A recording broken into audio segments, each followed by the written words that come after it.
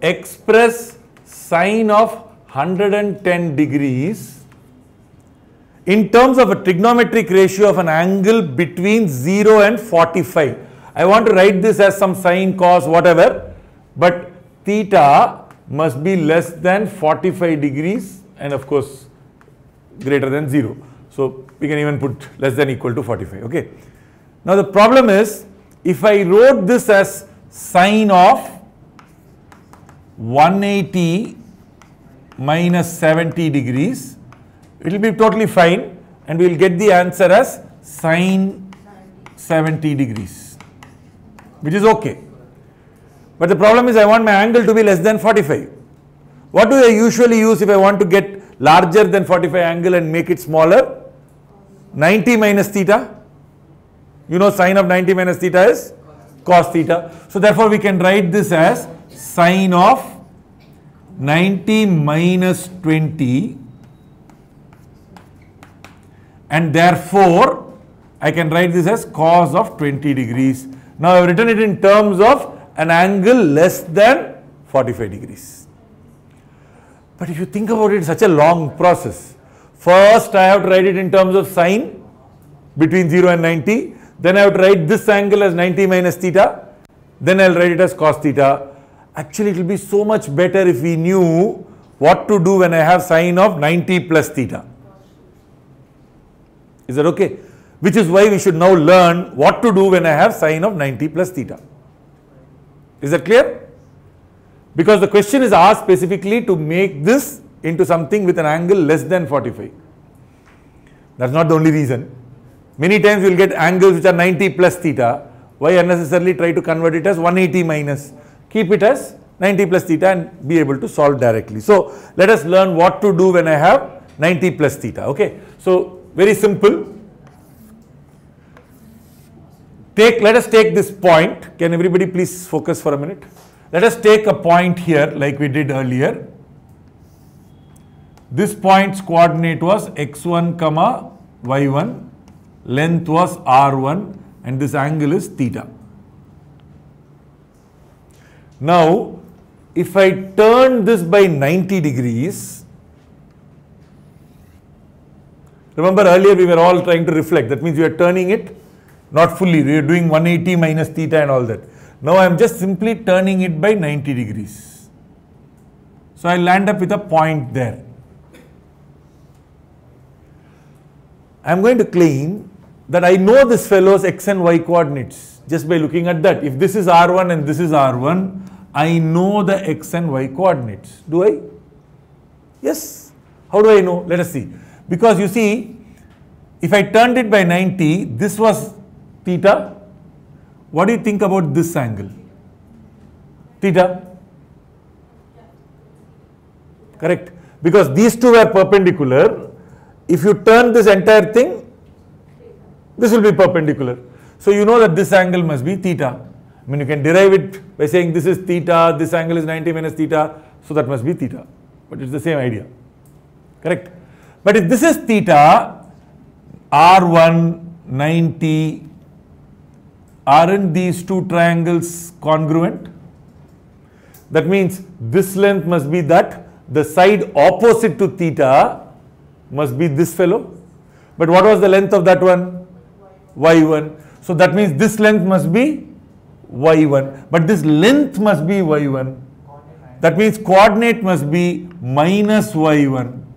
Because the x coordinate is this length in that direction. And then this length is x1. Therefore this length is x1. In fact, if you just thought of it, you take this triangle, you move this triangle, this is equal to that. So that means this height is x1. So therefore the y coordinate is x1. Interestingly, x coordinates have become y coordinates and y coordinates have become x coordinates. There is a minus sign as well.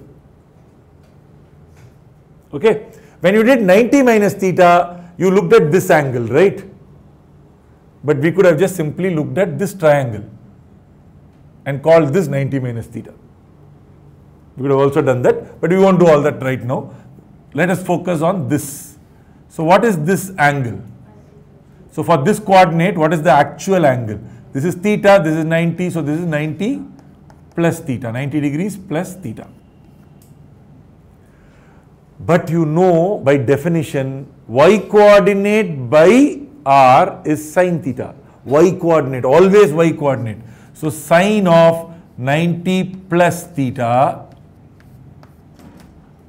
must be the y coordinate. Y coordinate here turns out to be x1. So it is x1 by r1. But you know that x1 by r1 must be cos. So, right? Cos theta. So therefore this is cos theta.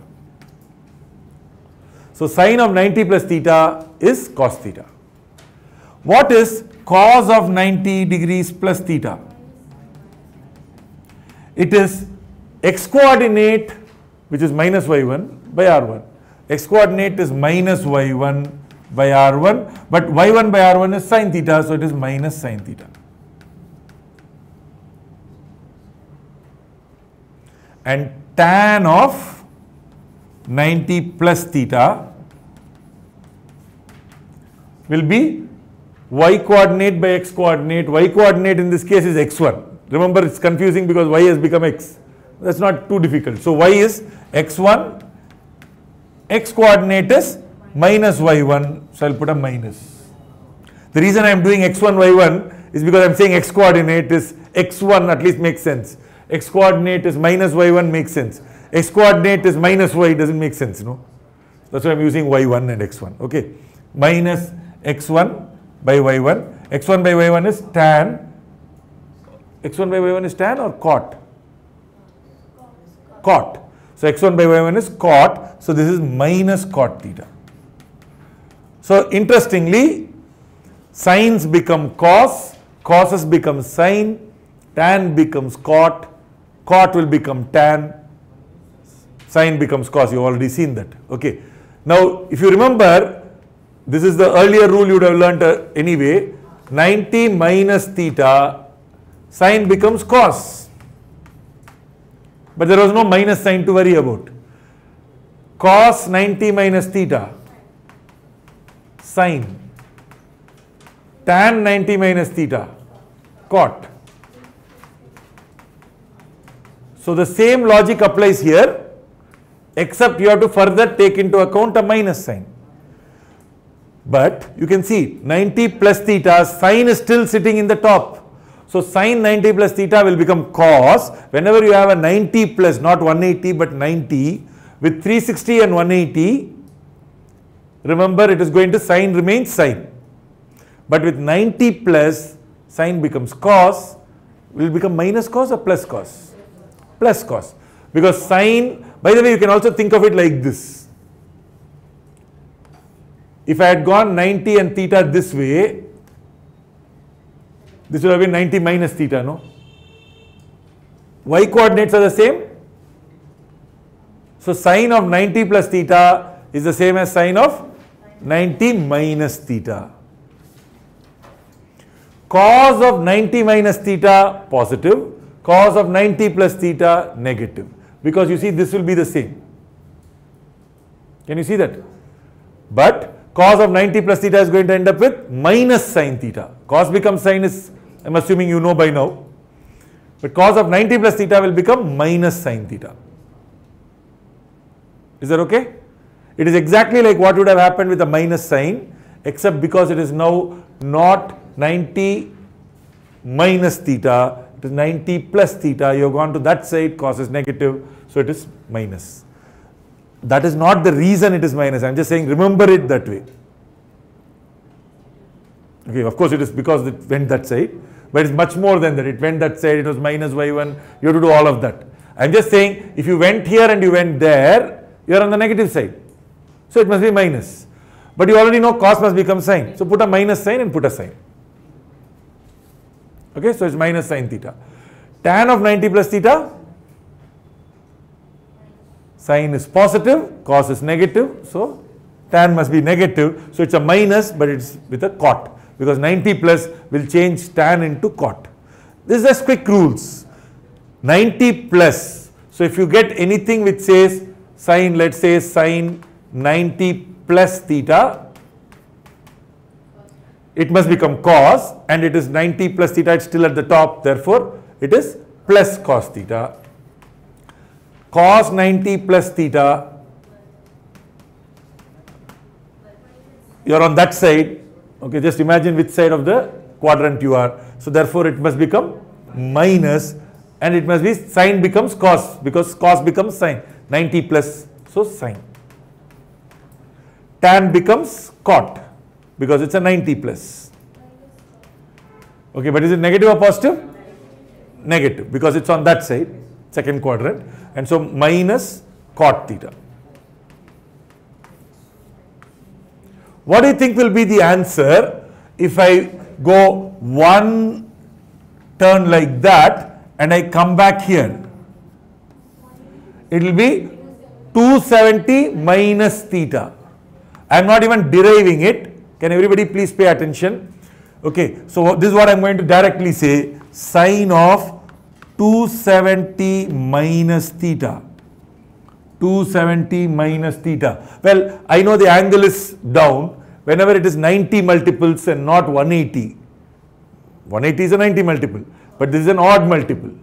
Okay, so it is not a multiple of 180, but it's a multiple of 90. You know that sine must become cos. So first write cos theta.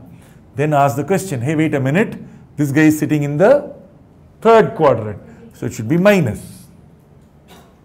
Because you expect that this cos theta will be positive. I'm not saying it has to be. This theta itself may be 560 degrees. So we don't know what cos theta will be. But you know that the formula is not going to change for small angles and big angles. Suppose you took 5 degrees. You know cos phi is positive. Correct? So you know that it cannot be plus cos phi, because you don't want the sign to be negative. So it has to be minus. It's a good way to remember. So 270 minus theta, sine is negative. What about cos 270 minus theta? Cos will become sine, but it is going to be this way, down, negative this way, because cos is this side. So it is minus, not plus sine theta, minus sine theta. Tan on the other hand, third quadrant, what do you expect? Cot, it should become cot, but should be plus or minus? Plus. Does it match? Sine by cos will give me minus cos by minus sine plus cot. If I had done the same for an angle which was 270 plus theta, so if you got to this point, then I am going to get sine of 270 plus theta. What do you think will be the answer? Sine 270 plus theta must become cos. So put the cos here. Then think about whether it should be plus or minus. Plus, really plus? Think. Y coordinate. Sine, y coordinate. Minus. So this must be minus. Don't look at the cos, look at the sine. This is what you are converting. That is just giving you some value. So sine value comes with a, sine becomes cos, right? That's all. Now if I get cos of 270 plus theta, think hard. You want it to become sine theta, but angle is sitting in the fourth quadrant. Cos value will be positive. It should be positive. Sine theta is already positive, so it will be plus sine theta. Tan of 270 plus theta will become, tan becomes cot, but if you look at this, here y by x is negative, so that means clearly this must be negative. It is always y by x for tan, it is always y by r for sine. Y value of this guy and y value of that one may not match, because the x value of that and y value of this matches. Look at this. The y value of this is not the same as the y value of that, right? When y value is x1, y value of that is y1. But it is always y value by r. The y value of this fellow happens to be the x value of that one, which is why sine becomes cos. So very simple rule. All multiples of 180, you can do 180 plus theta, 180 minus theta, 360 plus theta, 360 minus theta. You understand that sine remains sine, cos remains cos. This, you have to put a plus or minus sign correspondingly. Everything which is not a multiple of 180 but is a multiple of 90. That is 90 minus theta, 90 plus theta. Not 180, but 270 plus theta, 270 minus theta. 360 plus 90 minus theta, which means what? 450 plus theta, 450 minus theta. Whenever you get things like that, then sine becomes cos, cos becomes sine, tan becomes cot, cot becomes tan. Clear? And then you have to think about the sine anyway. So you think in two ways. Can everybody please focus? Think in two ways.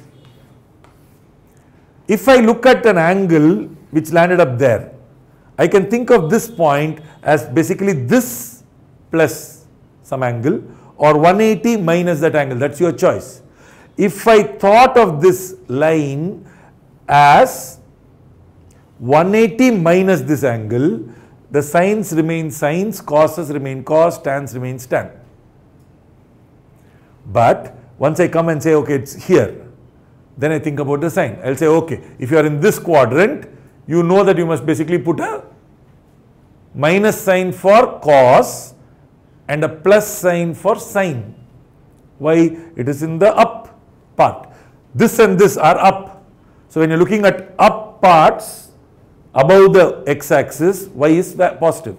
So that means y is positive here and there. So y is positive, sine is positive. X is negative for these two. So that means cos will become negative.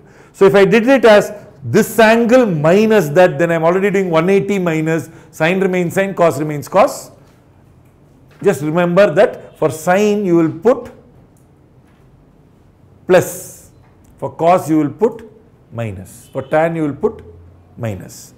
But if I looked at this angle and I thought of it in terms of this much plus this much, the signs, the symbol plus minus will remain the same as before. But now it is 90 plus some angle x, right? Or angle, let's call it 90 plus alpha. So theta is 90 plus alpha, 360 plus 90 plus alpha. Now, what will you do? If you are asking for sine, it will become cos. Cos will write it as sine. Tan will write it as cot.